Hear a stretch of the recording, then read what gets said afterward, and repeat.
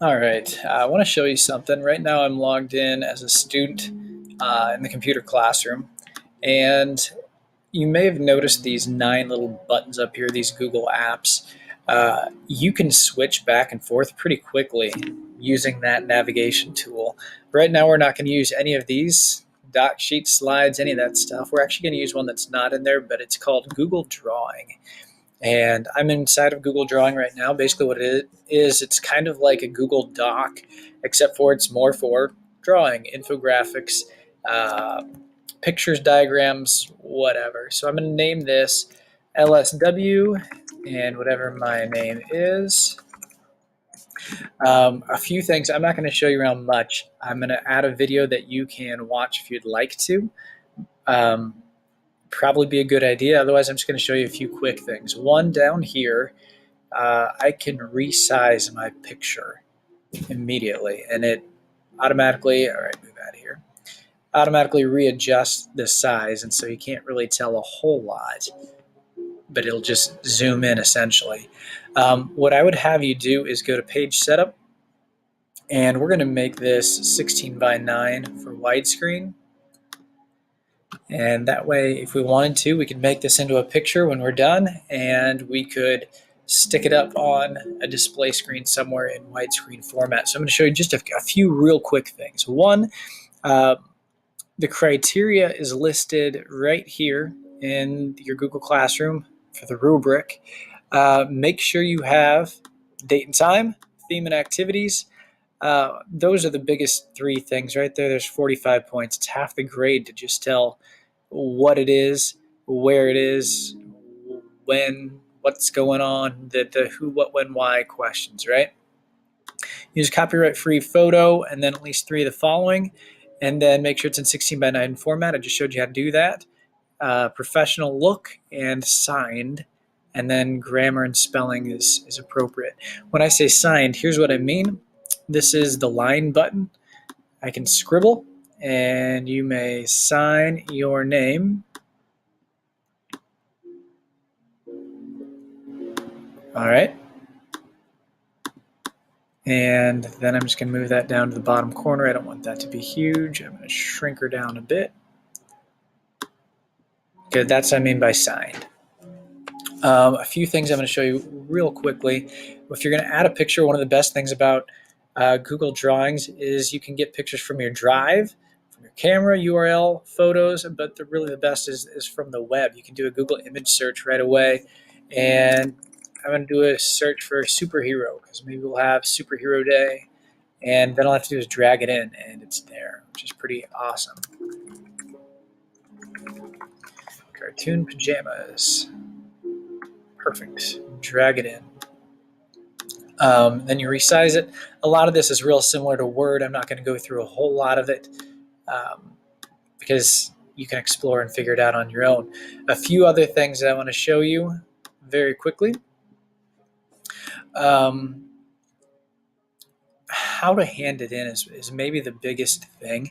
You can share these. This is not how to hand it in, but I can share it and I can get a shareable link. And if I wanted to work on this collaboratively with another person, maybe actually this is maybe something we should and maybe something we will do. If one person creates it, we can get a shareable link by going to more, and we're going to make this public on the web. And right now it's anyone can view it. I'm going to make anyone can edit it, and I'm going to hit save. And I think this should probably be a partner project now that I think about it. That would be kind of cool. And maybe I want to share this with somebody else. And so all I have to do is type in their email address. So